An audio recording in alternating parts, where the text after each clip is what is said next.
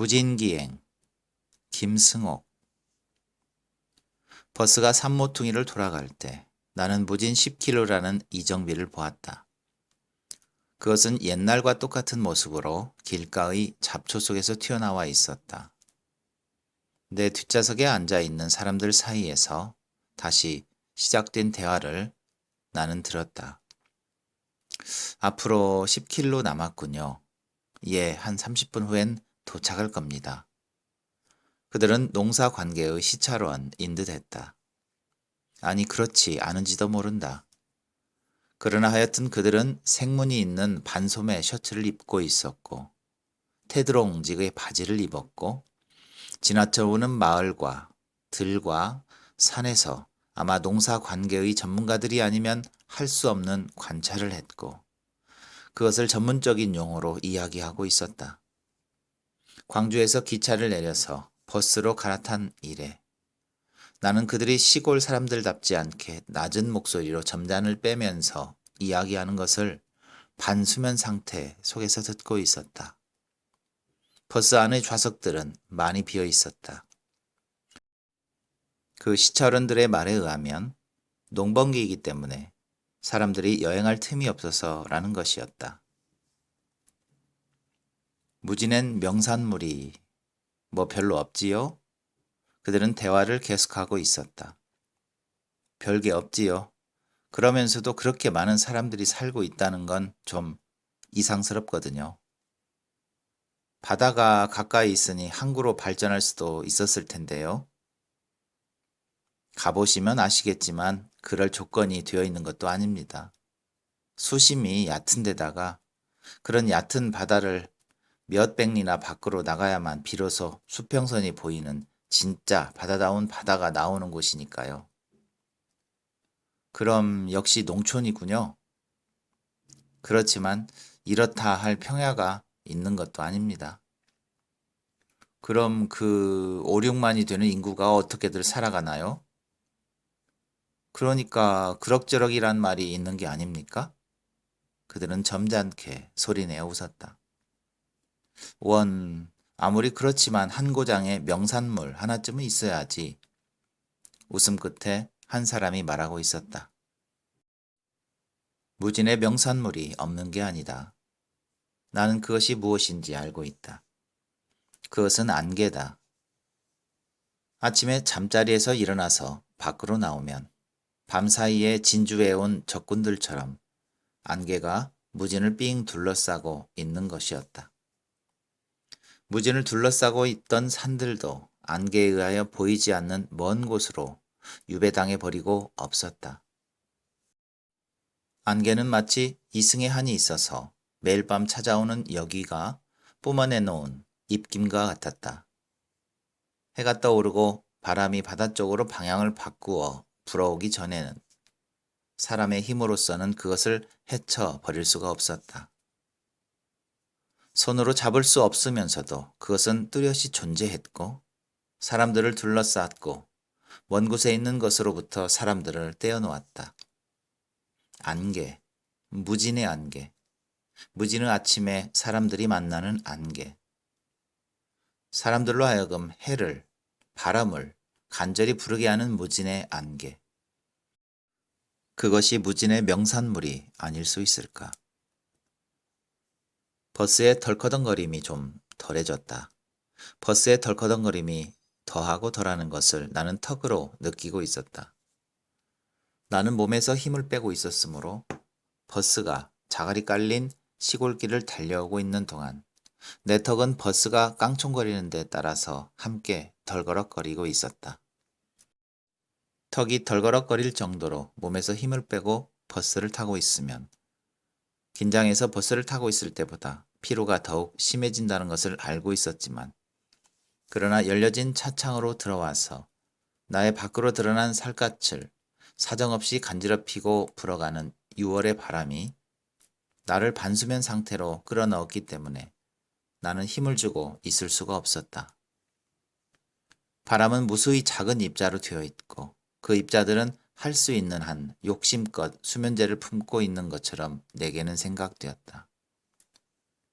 그 바람 속에는 신선한 햇살과 아직 사람들의 땀에 밴 살갗을 스쳐보지 않았다는 천진스러운 저원, 그리고 지금 버스가 달리고 있는 길을 에워싸며 버스를 향하여 달려오고 있는 산 줄기의 저편에 바다가 있다는 것을 알리는 소금기.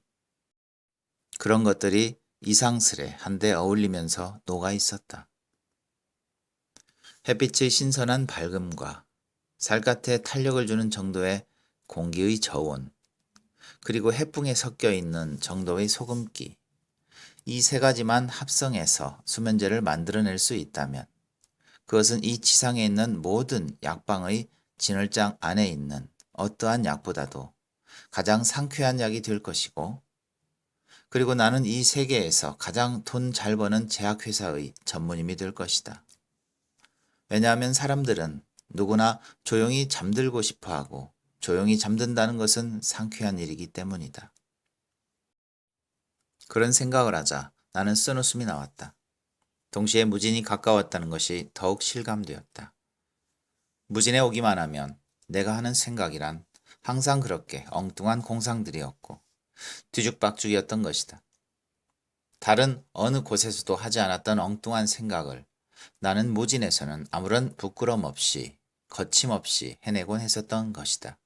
아니, 무진에서는 내가 무엇을 생각하고 어쩌고 하는 게 아니라 어떤 생각들이 나의 밖에서 제멋대로 이루어진 뒤 나의 머릿속으로 밀고 들어오는 듯 했었다. 당신 안색이 아주 나빠져서 큰일 났어요. 어머님 산소에 다녀온다는 핑계를 대고 무진에 며칠 동안 계시다가 오세요. 주주총회에서 일은 아버지하고 저하고 다 꾸며 놓을게요. 당신은 오랜만에 신선한 공기를 쐬고 그리고 돌아와 보면 대회생 제약회사의 전무님이 되어 있을 게 아니에요? 라고 며칠 전날 밤 아내가 나의 파지막깃을 손가락으로 만지작거리며 나에게 진심에서 나온 권유를 했을 때, 가기 싫은 심부름을 억지로 갈 때 아이들이 불평을 하듯이 내가 몇 마디 입안의 소리로 투덜댄 것도 무진에서는 항상 자신을 상실하지 않을 수 없었던 과거의 경험에 대한 조건반사였다. 내가 나이가 좀 든 뒤로 무진에 간 것은 몇 차례 되지 않았지만 그 몇 차례 되지 않은 무진행이, 그러나 그때마다 내게는 서울에서의 실패로부터 도망해야 할 때거나 아무튼 무언가 새 출발이 필요할 때였었다. 새 출발이 필요할 때 무진으로 간다는 것은 우연이 결코 아니었고, 그렇다고 무진에 가면 내게 새로운 용기라든가 새로운 계획이 술술 나오기 때문도 아니었었다. 오히려 무진에서의 나는 항상 처박혀 있는 상태였었다. 더러운 옷차림과 누런 얼굴로 나는 항상 골방 안에서 뒹굴었다. 내가 깨어있을 때는 수없이 많은 시간의 대열이 멍하니 서 있는 나를 비웃으며 흘러가고 있었고, 내가 잠들어 있을 때는 긴 악몽들이 거꾸러져 있는 나에게 혹독한 채찍질을 하였었다. 나의 무진에 대한 연상의 대부분은 나를 돌봐주고 있는 노인들에 대하여 신경질을 부리던 것과 골방 안에서의 공상과 불면을 쫓아보려고 행하던 수음과 곧잘 편도선을 붓게 하던 독한 담배꽁초와 우편 배달부를 기다리던 초조함 따위거나 그것들에 관련된 어떤 행위들이었었다. 물론 그것들만 연상되었던 것은 아니다. 서울의 어느 거리에 서고 나의 청각이 문득 외부로 향하면 무자비하게 쏟아져 들어오는 소음에 비틀거릴 때거나 밤늦게 신당동 집 앞에 포장된 골목을 자동차로 올라갈 때 나는 물이 가득한 강물이 흐르고 잔디로 덮인 방죽이 시오리 밖의 바닷가까지 뻗어나가 있고 작은 숲이 있고 다리가 많고 골목이 많고 흙담이 많고 높은 포플러가 에워싼 운동장을 가진 학교들이 있고 바닷가에서 주워온 까만 자갈이 깔린 뜰을 가진 사무소들이 있고 대로 만든 와상이 밤거리에 나앉아 있는 시골을 생각했고, 그것은 무진이었다. 문득 한 적이 그리울 때도 나는 무진을 생각했었다. 그러나 그럴 때의 무진은 내가 관념 속에서 그리고 있는 어느 아늑한 장소일 뿐이지 거기엔 사람들이 살고 있지 않았다. 무진이라고 하면 그것의 연상은 아무래도 어둡던 나의 청년이었다. 그렇다고 무진의 연상이 꼬리처럼 항상 나를 따라다녔다는 것은 아니다. 차라리 나의 어둡던 세월이 일단 지나가 버린 지금은 나는 거의 항상 무진을 잊고 있었던 편이다. 어제 저녁 서울역에서 기차를 탈 때에도 물론 전속 나온 아내와 회사 직원 몇 사람에게 일러둘 말이 너무 많아서 거기에 정신이 쏠려 있던 탓도 있었겠지만 하여튼 나는 무진에 대한 그 어두운 기억들이 그다지 실감나게 되살아오지는 않았다. 그런데 오늘 이른 아침 광주에서 기차를 내려서 역 구내를 빠져나올 때 내가 본 한 미친 여자가 그 어두운 기억들을 획 잡아 끌어당겨서 내 앞에 던져 주었다.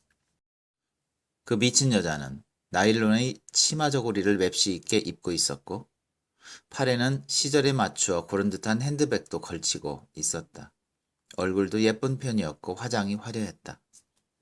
그 여자가 미친 사람이라는 것을 알 수 있는 것은 쉼없이 굴리고 있는 눈동자와 그 여자를 에워싸고 서서 선하품을 하며 그 여자를 놀려대고 있는 구두닦이 아이들 때문이었다. 공부를 많이 해서 돌아버렸대. 아니야, 남자한테 채여서야. 저 여자 미국말도 참 잘한다? 물어볼까? 아이들은 그런 얘기를 높은 목소리로 하고 있었다.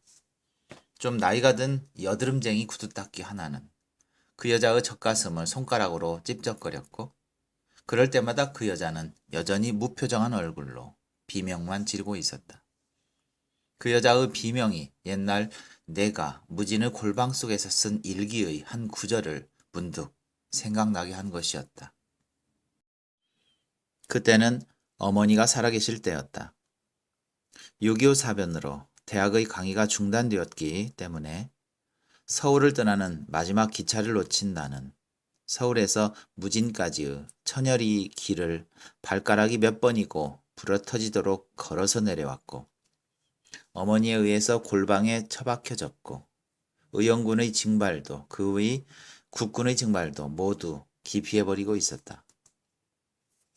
내가 졸업한 무진중학교의 상급반 학생들이 무명지에 붕대를 감고 이 몸이 죽어서 나라가 산다면 을 부르며 읍 광장에 서 있는 트럭들로 행진해 가서 그 트럭들에 올라타고 일선으로 떠날 때도 나는 골방 속에 쭈그리고 앉아서 그들의 행진이 집 앞을 지나가는 소리를 듣고만 있었다.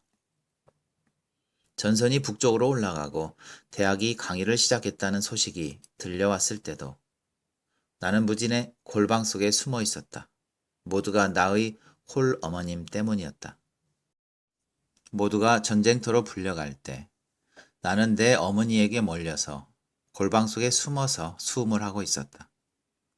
이웃집 젊은이들의 전사 통지가 오면 어머니는 내가 무사한 것을 기뻐했고 이따금 일선의 친구에게서 군사우편이 오기라도 하면 나 몰래 그것을 찢어버리곤 하였었다. 내가 골방이라는 전선을 택하고 시퍼해 가는 것을 알고 있었기 때문이다.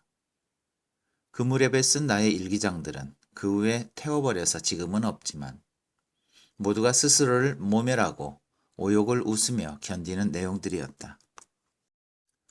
어머니, 혹시 제가 지금 미친다면 대강 다음과 같은 원인들 때문일 테니 그 점에 유의하셔서 저를 치료해 보십시오. 이러한 일기를 쓰던 때를 이른 아침 역 구내에서 본 미친 여자가 내 앞으로 끌어당겨 주었던 것이다.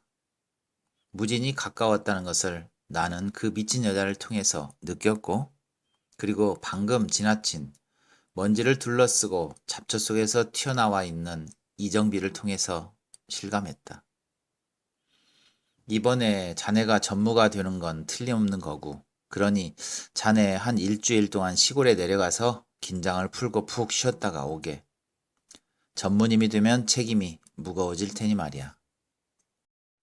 아내와 장인 어른은 자신들은 알지 못하는 사이에 퍽 영리한 권유를 내게 한 셈이었다.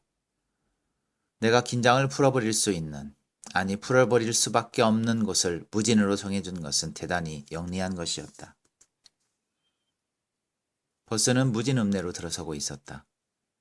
기와 지붕들도, 양철 지붕들도, 초가 지붕들도 6월 하순의 강렬한 햇빛을 받고 모두 은빛으로 번쩍이고 있었다. 철공소에서 들리는 쇠망치 두드리는 소리가 잠깐 버스로 달려들었다가 물러났다.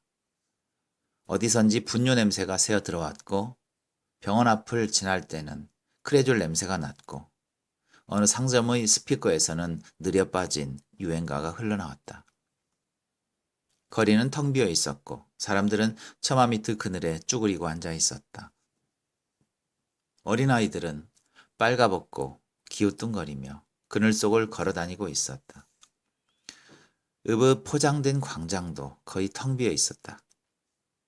햇빛만이 눈부시게 그 광장 위에서 끓고 있었고 그 눈부신 햇살 속에서, 정적 속에서 개 2마리가 혀를 빼물고 교미를 하고 있었다. 저녁 식사를 하기 조금 전에 나는 낮잠에서 깨어나서 신문지국들이 몰려있는 거리로 갔다. 이모님 댁에서는 신문을 구독하고 있지 않았다. 그렇지만 신문은 도회인이 누구나가 그렇듯이 이제 내 생활의 일부로서 내 하루의 시작과 끝을 맡아보고 있었던 것이다. 내가 찾아간 신문지국에 나는 이모님 댁의 주소와 약도를 그려주고 나왔다. 밖으로 나올 때 나는 내 등 뒤에서 지국 안에 있던 사람들이 그들끼리 무엇하고 수군거리는 소리를 들었다. 아마 나를 알고 있는 사람들이었던 모양이다.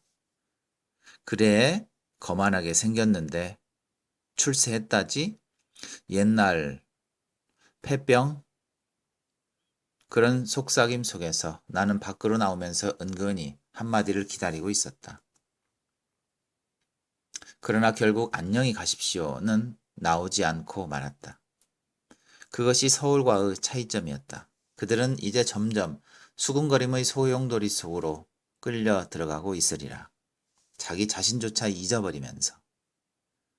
나중에 그 소용돌이 밖으로 내던져졌을 때 자기들이 느낄 공허함도 모른다는 듯이 수군거리고 수군거리고 또 수군거리고 있으리라. 바닷가 있는 쪽에서 바람이 불어오고 있었다. 몇 시간 전에 버스에서 내릴 때보다 거리는 많이 번잡해졌다.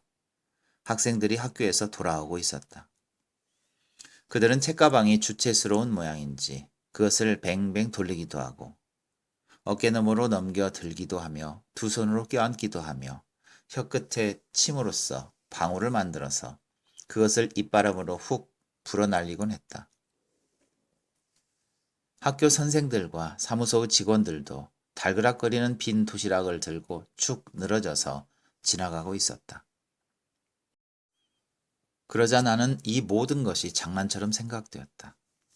학교에 다닌다는 것, 학생들을 가르친다는 것, 사무소에 출근했다가 퇴근한다는 이 모든 것이 실없는 장난이라는 생각이 든 것이다. 사람들이 거기에 매달려서 낑낑댄다는 것이 우습게 생각되었다. 이모 댁으로 돌아와서 저녁을 먹고 있을 때 나는 방문을 받았다. 박이라고 하는 무진 중학교의 내 몇 해 후배였다. 한때 독서광이었던 나를 그 후배는 무척 존경하는 눈치였다. 그는 학생 시대의 이른바 문학소년이었던 것이다. 미국 작가인 피츠제럴드를 좋아한다고 하는 그 후배는 그러나 피츠제럴드의 팬답지 않게 아주 얌전하고 매사에 엄숙했고 그리고 가난하였다. 신문지국에 있는 제 친구에게서 내려오셨다는 얘기를 들었습니다. 웬일이십니까? 그는 정말 반가워해 주었다. 무진엔 내가 못 올 땐가? 그렇게 대답하며 나는 내 말투가 마음에 거슬렸다. 너무 오랫동안 오시지 않았으니까 그러는 거죠. 제가 군대에서 막 제대했을 때 오시고 이번이 처음이시니까 벌써 한 4년 되는군. 4년 전 나는 내가 격리에 일을 보고 있던 제약회사가 좀 더 큰 다른 회사와 합병되는 바람에 일자리를 잃고 무진으로 내려왔던 것이다. 단지 일자리를 잃었다는 이유만으로 서울을 떠났던 것은 아니다. 동거하고 있던 희만 그대로 내 곁에 있어 주었던들 시르의 무진행은 없었으리라.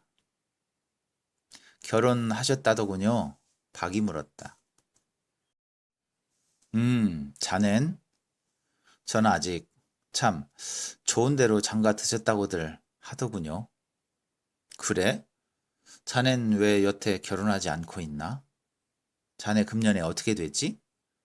29입니다. 29이라. 아홉수가 원래 사납다고 하대만 금년엔 어떻게 해보지 그래? 글쎄요. 박은 소년처럼 머리를 긁었다. 4년 전이니까 그 애의 내 나이가 29이었고 희가 내 곁에서 달아나버릴 무렵에 지금 아내의 전남편이 죽었던 것이다. 무슨 나쁜 일이 있었던 건 아니겠죠? 옛날의 내 무진행의 내용을 다소 알고 있는 박은 그렇게 물었다. 아마 승진이 될 모양인데 며칠 휴가를 얻었지. 잘 두셨군요. 해방 후의 무진중학 출신 중에선 형님이 제일 출세하셨다고들 하고 있어요. 내가? 나는 웃었다. 예, 형님하고 형님 동기 중에서 조형하고요. 조라니 나하고 친하게 지냈던 애 말인가? 예, 그 형이 재작년엔가 고등고시에 패스해서 지금 여기 세무서장으로 있거든요. 아, 그래? 모르셨어요? 서로 소식이 별로 없었지. 그 애가 옛날엔 여기 세무서에서 직원으로 있었지, 아마? 예, 그거 잘 됐군. 오늘 저녁엔 그 친구에게나 가볼까? 친구 조는 키가 작았고 살결이 검은 편이었다. 그래서 키가 크고 살결이 창백한 나에게 열등감을 느낀다는 얘기를 내게 곧잘 했었다. 옛날에 손금이 나쁘다고 판단받은 소년이 있었다. 그 소년은 자기의 손톱으로 손바닥에 좋은 손금을 파가며 열심히 일했다. 드디어 그 소년은 성공해서 잘 살았다. 조는 이런 얘기에 가장 감격하던 친구였다. 참, 자넨 요즘 뭘 하고 있나? 내가 박에게 물었다. 박은 얼굴을 붉히고 잠시 동안 머뭇거리다가 모교에서 교편을 잡고 있다고. 그것이 무슨 잘못이라도 되는 것처럼 우물거리며 대답했다. 좋지 않아? 책 읽을 여유가 있으니까 얼마나 좋은가. 난 잡지 않은 건 읽을 여유가 없네. 무얼 가르치고 있나? 후배는 내 말에 용기를 얻었는지 아까보다는 조금 밝은 목소리로 대답했다. 국어를 가르치고 있습니다. 잘했어. 학교 측에서 보면 자네 같은 선생을 구하기도 힘들 거야. 그렇지도 않아요. 사범대학 출신들 때문에 교원 자격교시 합격증 가지고 견디기가 힘들어요. 아, 그게 또 그런가? 박은 아무 말 없이 씁쓸한 미소만 지어 보였다. 저녁 식사 후 우리는 술 한 잔씩을 마시고 나서 세무서장이 된 조의 집을 향하여 갔다. 거리는 어두컴컴했다.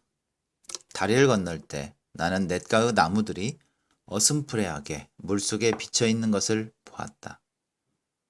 옛날 언젠가 역시 이 다리를 밤중에 건너면서 나는 저 시커멓게 웅크리고 있는 나무들을 저주했었다. 금방 소리를 지르며 달려들 듯한 모습으로 나무들은 서 있었던 것이다.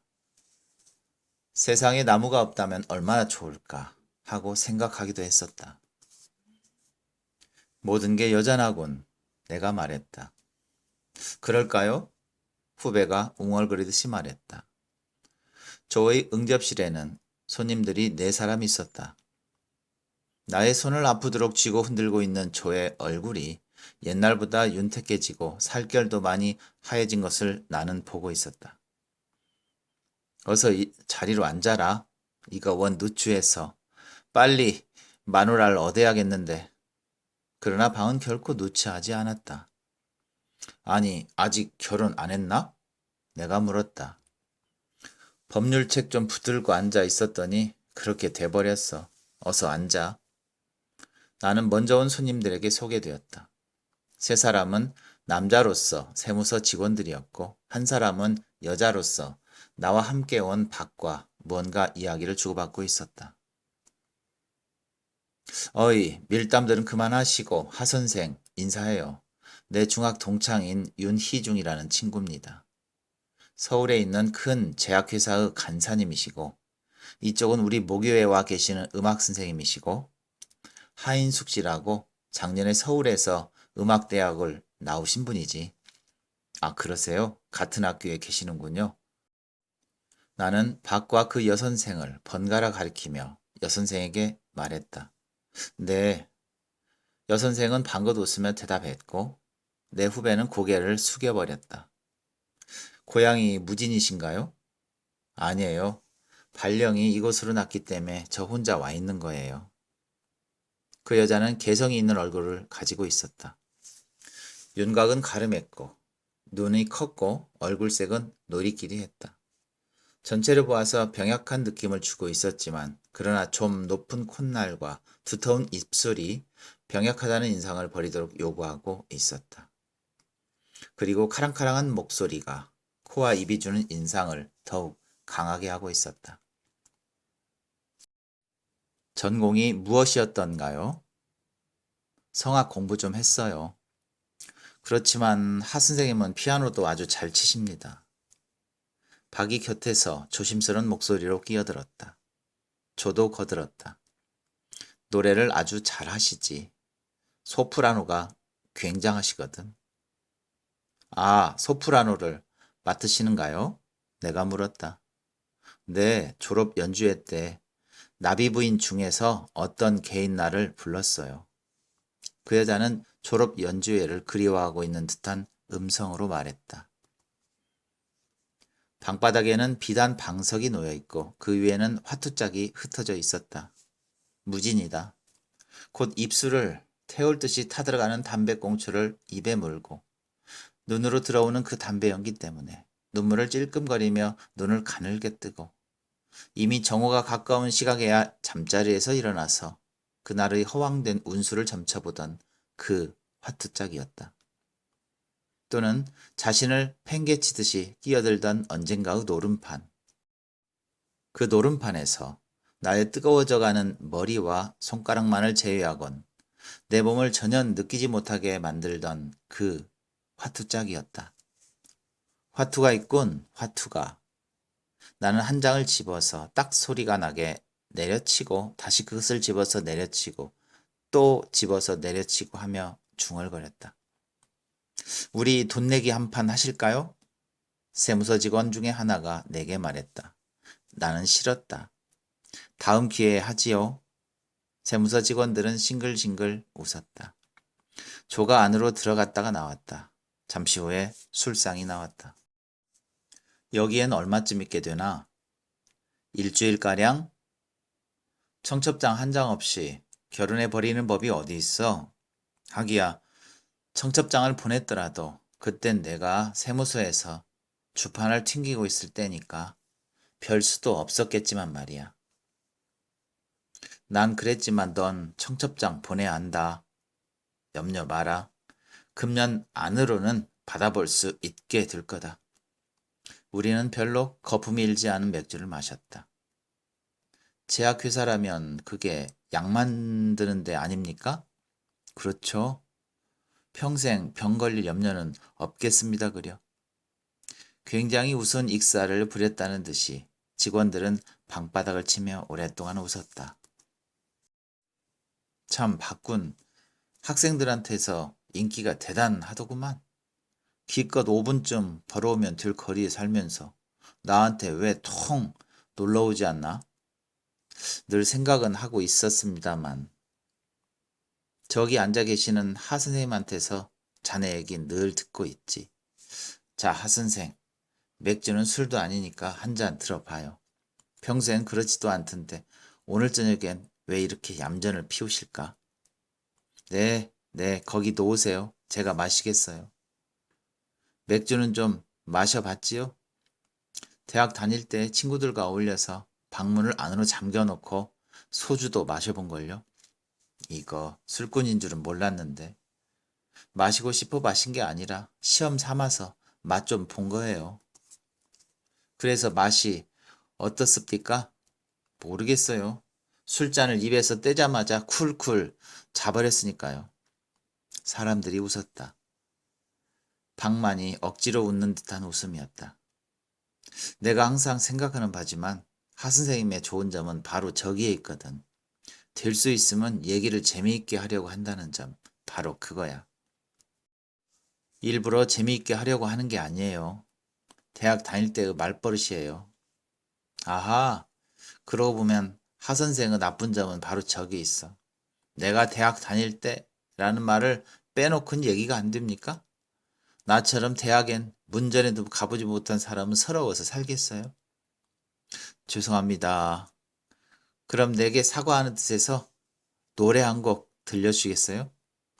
그거 좋습니다. 좋지요. 한번 들어봅시다. 사람들이 박수를 쳤다. 여선생은 머뭇거렸다. 서울 손님도 오고 했으니까 그 지난번에 부르던 거 참 좋습디다. 조는 재촉했다. 그럼 부릅니다. 여선생은 거의 무표정한 얼굴로 입을 조금만 달싹거리며 노래를 부르기 시작했다. 세무서 직원들이 손가락으로 술상을 두드리기 시작했다. 여선생은 목포의 눈물을 부르고 있었다. 어떤 개인 날과 목포의 눈물 사이에는 얼만큼의 유사성이 있을까? 무엇이 저 아리아들로서 길들여진 성대에서 유행가를 나오게 하고 있을까? 그 여자가 부르는 목포의 눈물에는 작부들이 부르는 그것에서 들을 수 있는 것과 같은 꺾임이 없었고, 대체로 유행가를 살려주는 목소리의 갈라짐이 없었고, 흔히 유행가가 내용으로 하는 청승맞음이 없었다. 그 여자의 목포의 눈물은 이미 유행가가 아니었다. 그렇다고 나비 부인 중의 아리아는 더욱 아니었다.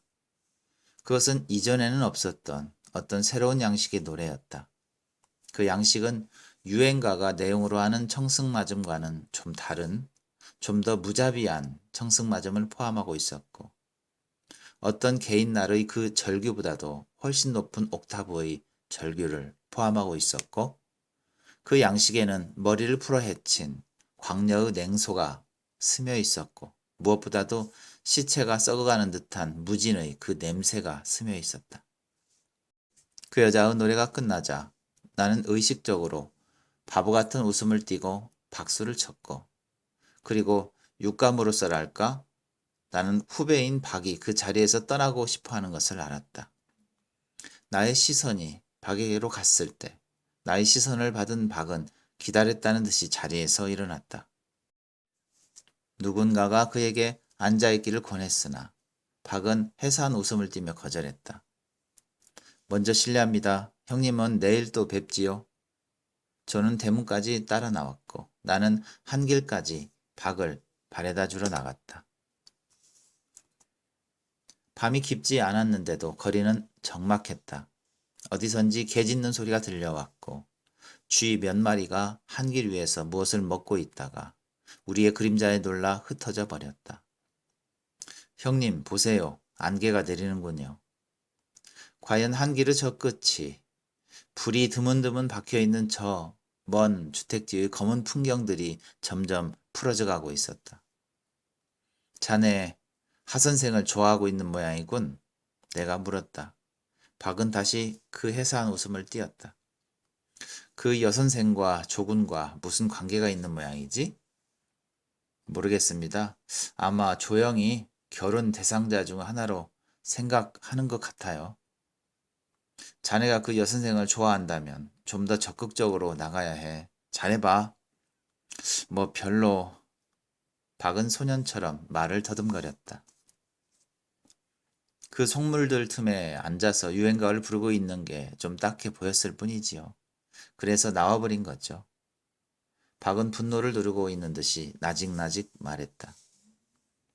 클래식을 부를 장소가 있고 유행가를 부를 장소가 따로 있다는 것뿐이겠지. 뭐 딱할 것이까지야 있나. 나는 거짓말로써 그를 위로했다. 박은 가고 나는 다시 속물들 틈에 끼었다. 무진에서는 누구나 다 그렇게 생각하는 것이다. 타인은 모두 속물들이라고. 나 역시 그렇게 생각하는 것이다. 타인이 하는 모든 행위는 무의와 똑같은 무게밖에 가지고 있지 않은 장난이라고. 밤이 퍽 깊어서 우리는 자리에서 일어났다. 존은 내가 자기 집에서 자고 가기를 권했다. 그러나 다음 날 아침에 잠자리에서 일어나서 그 집을 나올 때까지의 부자연스러움을 생각하고 나는 기어코 밖으로 나섰다. 직원들도 도중에서 흩어져 가고 결국엔 나와 여자만이 남았다. 우리는 다리를 건너고 있었다. 검은 풍경 속에서 냇물은 하얀 모습으로 뻗어 있었고 그 하얀 모습의 끝은 안개 속으로 사라지고 있었다. 밤엔 정말 멋있는 고장이에요. 여자가 말했다. 그래요? 다행입니다. 내가 말했다. 왜 다행이라고 말씀하신 줄 짐작하겠어요. 여자가 말했다. 어느 정도까지 짐작하셨어요? 내가 물었다. 사실은 멋이 없는 고장이니까요. 제 답이 맞았어요? 거의. 우리는 다리를 다 건넜다. 거기서 우리는 헤어져야 했다. 그 여자는 냇물을 따라서 뻗어나간 길로 가야 했고 나는 곧장 난 길로 가야 했다. 아, 글로 가세요? 그럼 내가 말했다. 조금만 바래다 주세요. 이 길은 너무 조용해서 무서워요. 여자가 조금 떨리는 목소리로 말했다. 나는 다시 여자와 나란히 서서 걸었다. 나는 갑자기 이 여자와 친해진 것 같았다. 다리가 끝나는 바로 거기서부터 그 여자가 정말 무서워서 떠는 듯한 목소리로 내게 바래다 주기를 청했던 바로 그때부터 나는 그 여자가 내 생애 속에 끼어든 것을 느꼈다. 내 모든 친구들처럼 이제는 모른다고 할 수 없는, 때로는 내가 그들을 훼손하기도 했지만 그러나 더욱 많이 그들이 나를 훼손시켰던 내 모든 친구들처럼 처음 배웠을 때 뭐랄까요? 서울 냄새가 난다고 할까요? 퍽 오래전부터 알던 사람처럼 느껴졌어요. 참 이상하죠? 갑자기 여자가 말했다. 유행가. 내가 말했다. 네? 아니, 유행가는 왜 부르십니까? 성악을 공부한 사람들은 될 수 있는 대로 유행가를 멀리하지 않았던가요? 그 사람들은 항상 유행가만 부르라고 하거든요. 대답하고 나서 여자는 부끄러운 듯이 나지막하게 소리내어 웃었다.